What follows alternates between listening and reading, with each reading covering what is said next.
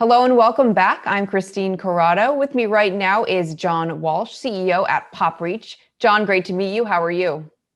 Great to meet you too. I'm well, thank you. Jon, if you would start us off and give us an introduction into PopReach, that would be great.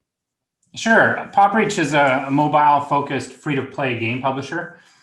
We have a pretty unique risk mitigating strategy of acquiring and improving existing profitable game franchises. And so far, we've acquired and we operate about 30 games across 12 key franchises for us. We have about 120 employees with offices in Toronto, Vancouver, and Bangalore. Company is cash flow positive, and in fiscal 2019, which is also calendar 2019, we generated around 18 million US dollars in top line revenue and about $3 million US in EBITDA. Speaking about some of that revenue growth, you saw 12% revenue growth from your latest earnings report. So what are you attributing this to?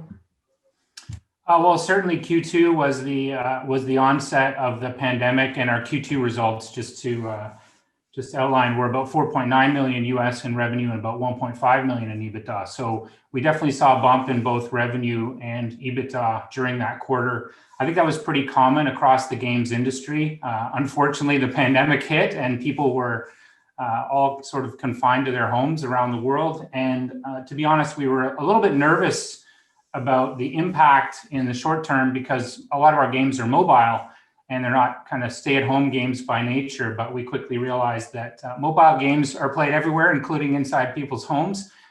So we, like the rest of the industry, enjoyed that lift.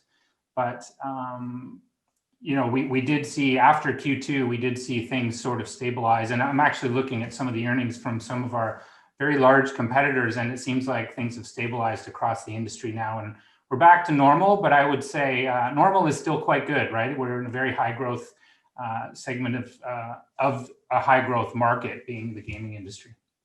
So you say you're back to normal. We did see Pfizer come out with news that they now are working on this vaccine that is 90% effective.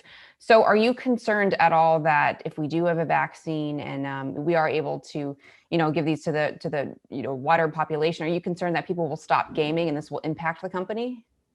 No, I don't think we are really. I mean, certainly we're all hoping for a vaccine, and I definitely think it's a positive thing overall to bring more stability to the global economy. But either way, mobile gaming has proven to be very resilient. And the nice thing is, in a strong market, we've seen the video game industry grow, and in a more challenged market, we've also seen it flourish.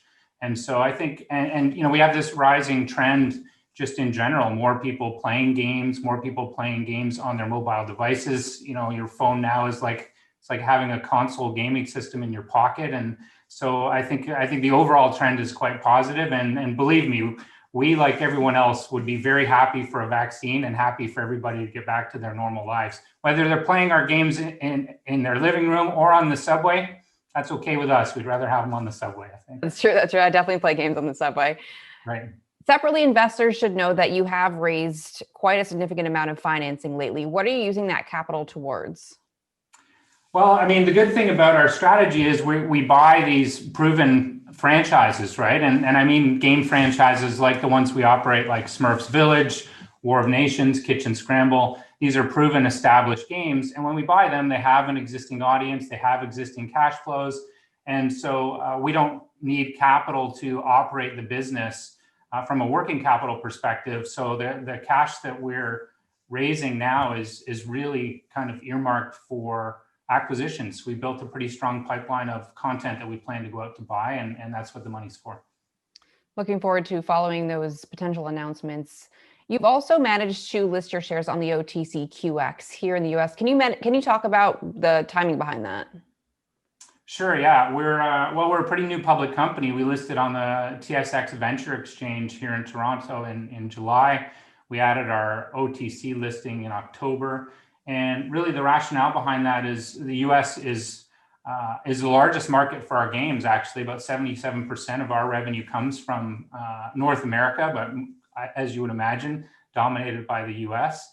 And we just think the US market has a strong understanding, acceptance, and support of the games industry. We've seen that lately across the board, right? With gaming stocks getting a lot of attention, and the game industry seeing a lot of growth. So that being listed in the US just allows us to have access to a deeper capital pool and to advance our M&A strategy even more quickly.